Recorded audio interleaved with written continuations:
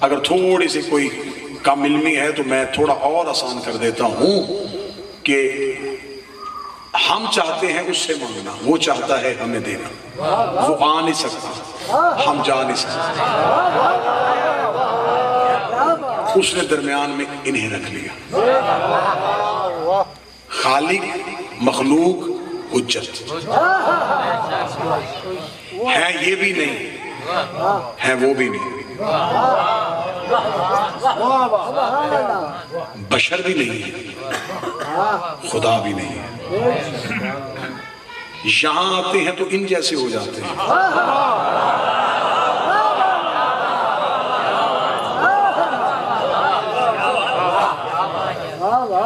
وہاں جاتے ہیں تو اس جیسے ہو جاتے ہیں. دین میں سے حجت نکال دو تو دین کی چھت ہی زمین پہ گر جائے. حجت دین کی عمارت کی ستون ہے. انہوں نے زمانے میں ظاہر کیا ہے، انہیں ہم کہتے ہیں مظہر. یہ اللہ کے مظہر ہے. مثلا میں ابھی اس کی بڑی سادہ سے مثال دے دیتا ہوں کہ یہ جو لائٹ سامنے ہے یہ خود نہیں جل رہی، اسے بجلی نے روشن کیا ہوا ہے. جس نے اسے روشن کیا ہے وہ نظر نہیں آ رہی. بات سمجھ میں آ رہی ہے یا رائتی دعا دے رہے ہیں؟ جس نے اسے روشن کیا نظر وہ نہیں آ رہی، نظر یہ آ رہی، وہ چھپی ہوئی ہے. اس نے چھپ کے اسے ظاہر کیا، اس نے روشن ہو کے اسے منوا لیا.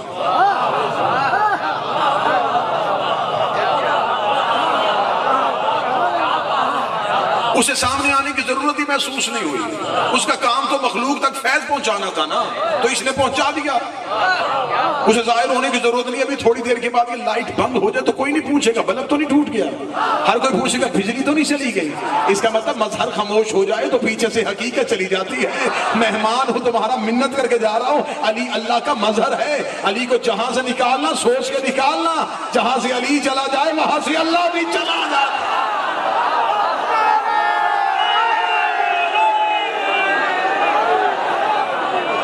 مالک عزت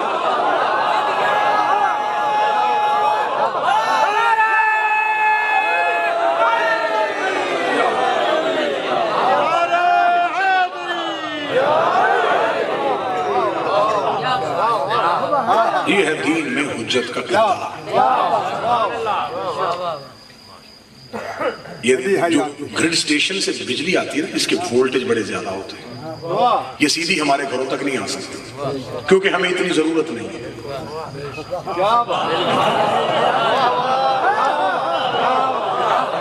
آپ جسے تمثیلی خطابت سمجھ میں آتی ہے وہ تو بولے گا، ہمیں اتنی ضرورت نہیں ہے.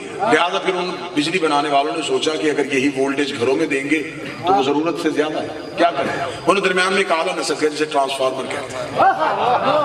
وہ پورے وولٹیج اس کو دیتا ہے، وہ اسے ٹھنڈا کرتا ہے، آگے اتنا پہنچاتا ہے جتنی ضرورت ہوتی ہے.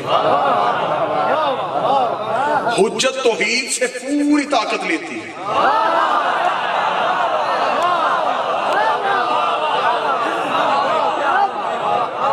آگے اتنا پہنچاتی ہے جتنی ضرورت ہوتی ہے. چلے جو بندے چپ بیٹھے ان کے چپ کا بندھن توڑنے کے لیے جملہ کہنے لگا ہوں. بعض اوقات ایسا ہوتا ہے کہ گھر میں کوئی چیز جل جاتی ہے تو فوراً پوچھنے والا پوچھتا کیسے ہوا، تو وہ کہتا ہے جی وولٹیج زیادہ آ گئے تھے، چیز جل گئی. کیونکہ کرنٹ زیادہ تھا، ضرب چھوٹا تھا، کرنٹ زیادہ تھا، ضرب چھوٹا تھا. اس لیے علی کا فضائل ہر ضرب سے برداشت ہی نہیں.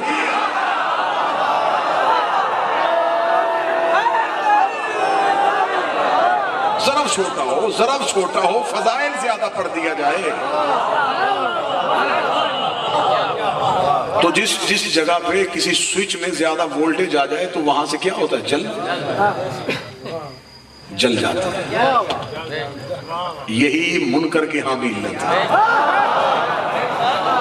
فضائل زیادہ سنیں،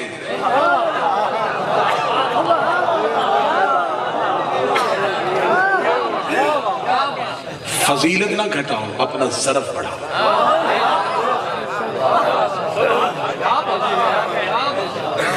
میرے شہنشاہ کا فرمان مقدس ہے. مالک فرماتے ہیں کہ اگر تمہارے سامنے ہمارے فضائل پڑھے جائیں اور اگر تمہارے ہاں معرفت کی کمی ہے تو تم ہماری فضیلت کا انکار نہ کرنا.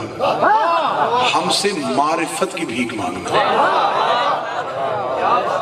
تمہیں اس فضیلت کو سمجھنے کا اور برداشت کرنے کا حوصلہ ہم دے دیں گے۔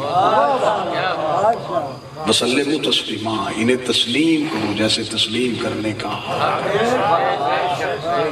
ان کی ولایت کو تسلیم کرو، ان کے حق کو تسلیم کرو، ان کی عزاداری کو تسلیم کرو، ان کی غیبت کو تسلیم کرو۔ اگر تم نے ان 12 میں سے کسی ایک کو بھی تسلیم کرنے میں کوئی ہلکی سی بھی کمی کر دی تو تم نے ان میں سے کسی کو تسلیم نہیں کیا، انہیں تسلیم نہیں کیا تو پھر اسے تسلیم کیا۔ یقیناً ہم ظہور کے قریب ہو رہے ہیں، یہ زمانے کی کروٹیں بتا رہی ہیں کہ کوئی آ رہا ہے، یہ کسی مسیحا کی تلاش بتا رہی ہے کہ انسانیت بے بس ہو چکی ہے۔ یہ ساری خبریں ہیں، دنیا پریشان ہے، دنیا ڈر رہی ہے کہ ہم مر رہے ہیں، ہم خوش ہو رہے ہیں کہ اب زندہ ہونے لگے۔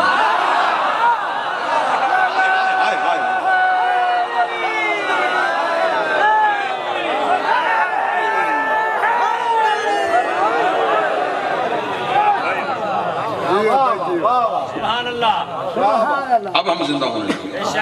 بے شک بے شک۔ لوگوں کے ہاں موت مرنے کو کہتے ہیں، ہمارے ہاں موت پلٹنے کو کہتے ہیں۔ ہم تو آباد گھروں کے انتظار میں بیٹھے، ہم تو اس خاندان کی شاہی کو دیکھنے کے انتظار میں۔ بے شک بے شک۔ ہمیں خبر ہے کہ کوئی آئے گا جو بند دروازوں کے تالے کھولے گا، کوئی آئے گا جو شکستہ قبر پہ کھڑا ہو کے رو کے کہے گا اٹھ میری جدہ میں تیرا انتقام لینے کے لیے۔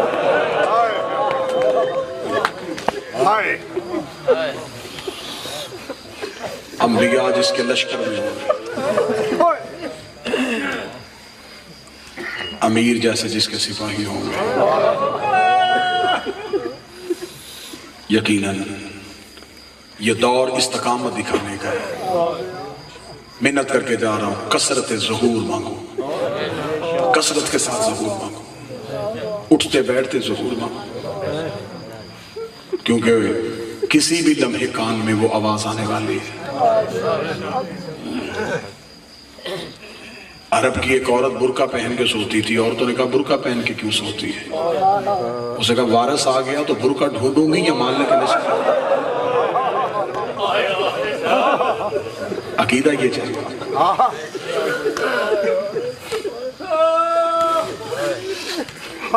ایک بڑھا روزانہ گھوڑے پہ بیٹھ کے تلوار لے کے چوک میں کھڑا ہو جاتا، یہ بھی عرب میں سے تھا۔ لوگوں نے پوچھا کیوں کھڑا ہے؟ اسے کہا قائم کا لشکر آ رہا ہے۔ ایک دن چند لوگوں نے اسے مذاق میں کہا تو یہاں کھڑا ہے، لشکر تو شہر کے باہر آ گیا ہے۔ اس نے گھوڑا دوڑایا اور پھر وہ واپس نہیں آیا، یقیناً وہ مالک کے لشکر میں پہنچ گیا۔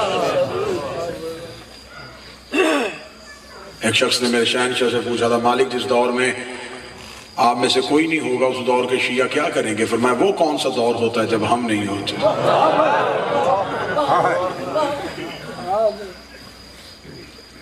دیکھنے والی آنکھ چاہیے، پہنچنے والا وجود چاہیے۔ یقیناً وارث موجود بھی ہیں، مجھے اور آپ کو دیکھ بھی رہے ہیں اور سن بھی رہے ہیں، کیونکہ اس وقت منبر پہ میں ہوں، میں آپ کی ترجمانی کرتے ہوئے مالک سے منت کروں گا میرا وارث ہم پہ کرم فرما، ہمیں اس مشکل دور میں استقامت نصیب، ہمیں ولایت امیر المومنین جیسی نعمت سے ہمیشہ سرفراز۔ میرے بعد میرے بھائی آپ کو تفصیلی شہادت سنائیں گے، دو درد تاکہ آنکھ میں آنسو آئے، رخسار پہ آئے، میری عاقبت کا اور آپ کے آنے کا سامان ہوگا۔ دعا کرتا ہوں میرا مالک عید قریب ہو اور بیٹی یتیم ہو۔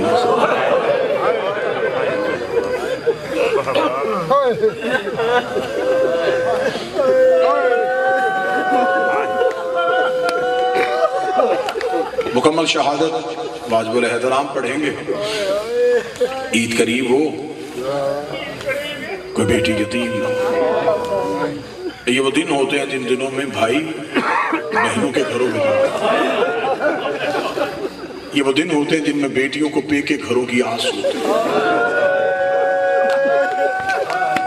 بھائی مزدور بھی ہو نا، ریڑھی لگاتا ہوں، وہ بہن کو عید دینے جائے، بھائی سے عید لے کے بھائی کے ہاتھ میں رکھ کے کہتے ہیں مجھے پیسوں کی ضرورت نہیں، اللہ تیری جوانی کو سلامت رکھے، بس میرے گھر آیا کر، میرا پے کا مان سلامت رہے کہ میرے بھائی ابھی موجود ہیں.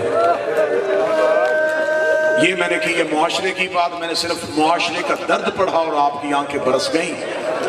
جب میں عالیہ کا درد پڑھوں گا تو پھر ماتم کی کیا حالت ہوگی. 40 ہجری 21 رمضان امیر المومنین کی شہادت ہو گئی. 9 دن بعد کوفے میں عید آ گئی.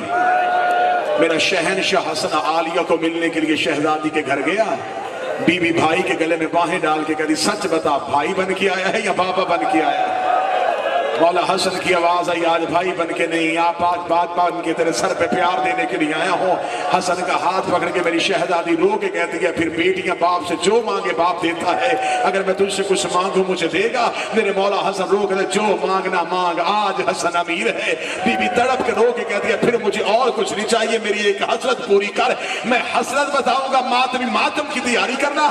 میری عالیہ رو کے دی ایک بار غازی سے کہے میرے باب علی کے کپڑے پہن کے مجھے میرے گھر میں چل کے دکھائے، کیونکہ جب میرا غازی چلتا ہے تو ہو بہو میرے باب علی. ایک بار غازی سے کہے میرے باب علی کا لباس پہن، مجھے میرے صحن مقدس سے چل کے دکھائے. ہمارا مالک جلد ظہور کرے، یہ گھر آباد ہو، ان گھر کی شاہی ہو. مشکل سے گزری ہے کوفے میں شہزادیوں کی.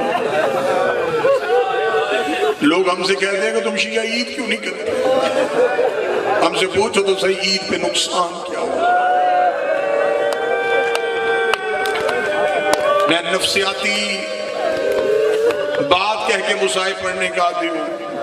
بابا جی ماتمی ہے، میں منت کر کے سوال کروں، کسی بیٹی کا 90 سال کا باپ بھی مر جائے نا عید سے چند دن پہلے، ہم سائے عید نہیں کرتے. اپنے بچوں سے کہتے نئے کپڑے پہن کے اس کے گھر نہ جانا، چند دن پہلے اس کا بابا دنیا سے گیا ہے. وہ بیٹیاں عید نہیں کرتی جن کا چند دن پہلے باپ دنیا سے چلے جائے. رکھ میرے سر پہ قرآن. 21 رمضان کے بعد 9 دن بعد کوفے میں عید آئی ہے. امیر المومنین کی بیٹیاں حسن کے پاس جا کے کہتی ہیں تیری عزت کی قسم کوفے سے ہمیں کوئی پرسہ دینے کے لیے.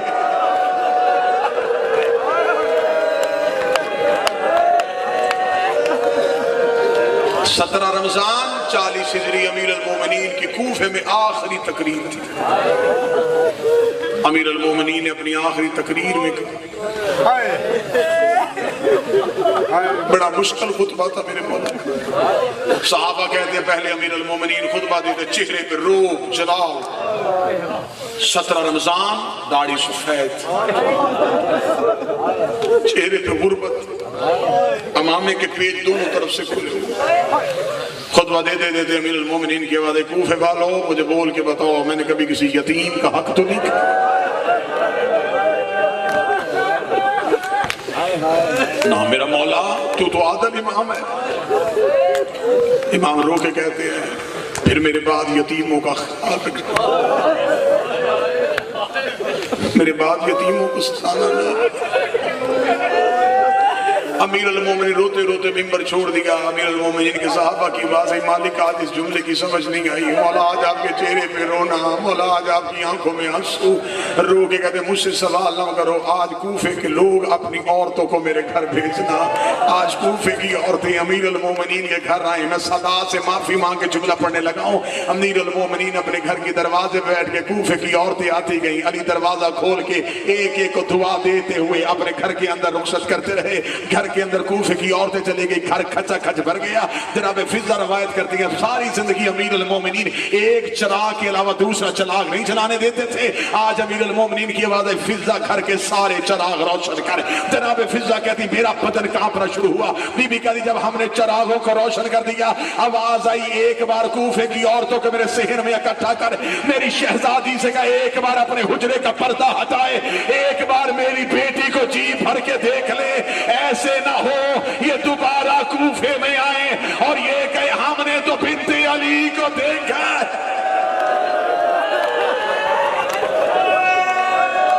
جس کے پردے کی اتنی پرواہ تھی, کیا کوفے کی عورتوں نے حیا کیا؟ میرے مالک سید الساجدین سے مدینے ایک شخص نے پوچھا تھا مولا سب سے زیادہ مصیبت کہاں ہے؟ فرمایا شام. اس نے کہا مولا سب سے زیادہ تکلیف کہاں ہوئی؟ فرمایا کوفے میں.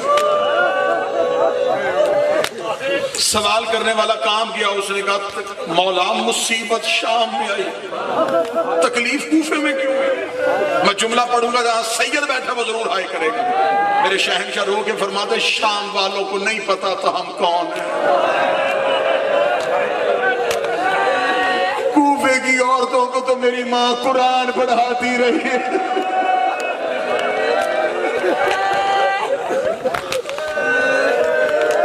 مجھے خبر ہے یہ پاک نگری ہے, سخت مصائب نہیں سنتے تم لوگ, ادب سنتے ہو. بڑا بچ کے ایک جملہ پڑھنے لگے.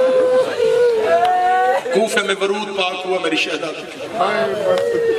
جب میری شہزادی کا داخلہ ہوا نا کوفے, ایک گلی کا موڑ آیا, میرے چوتھے شہنشاہ کی آواز ہے کہ ماں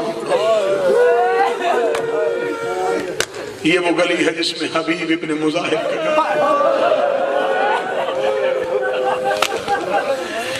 شہزادی دیکھ کے کہتی ہے ان سے کہے ہمیں کسی اور گلی سے گزارے. اس گلی سے قرآن کی آیتیں نہیں گزری. ملاؤں نے دیکھے گا نہیں ہم یہاں سے گزاریں گے. چھت پہ کھڑا تھا حبیب کا بیٹا. شہزادی کی آواز آئی اچھا بیٹا سجاد پھر ایسے کر میرا اونٹ اس کے مکان کی چھت کے قریب کر.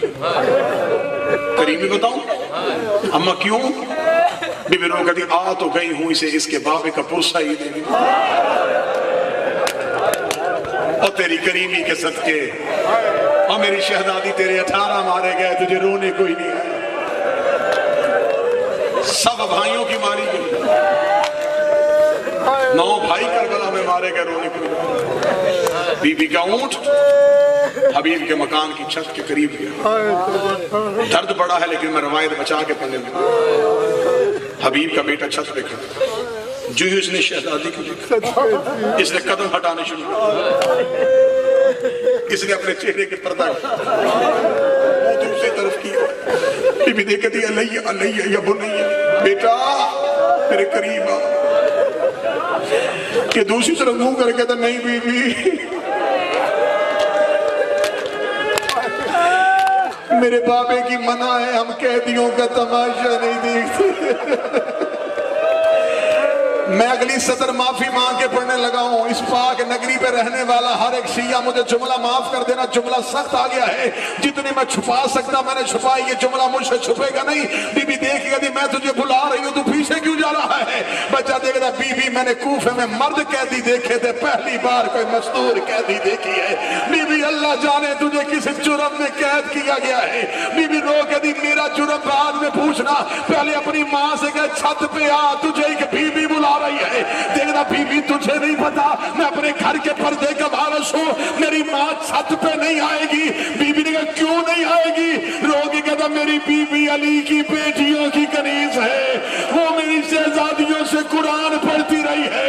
ابھی بیٹے نے اتنا جملہ کہا تھا یا حبیب کے سر نے پرواز کی, مکان کی چھت پہ آیا, آواز آئی ماں کو کہے آگ لگا برکے کو, دروازے پہ علی کی بیٹیاں آ گئی ہیں. حبیب کی زوجہ ننگے سر دوڑی شہزادی کے اونٹ کے سامنے آئی. رو کہتی بی بی مجھے بتا تیرا عباس کہاں گیا, تیرا اکبر کہاں گیا؟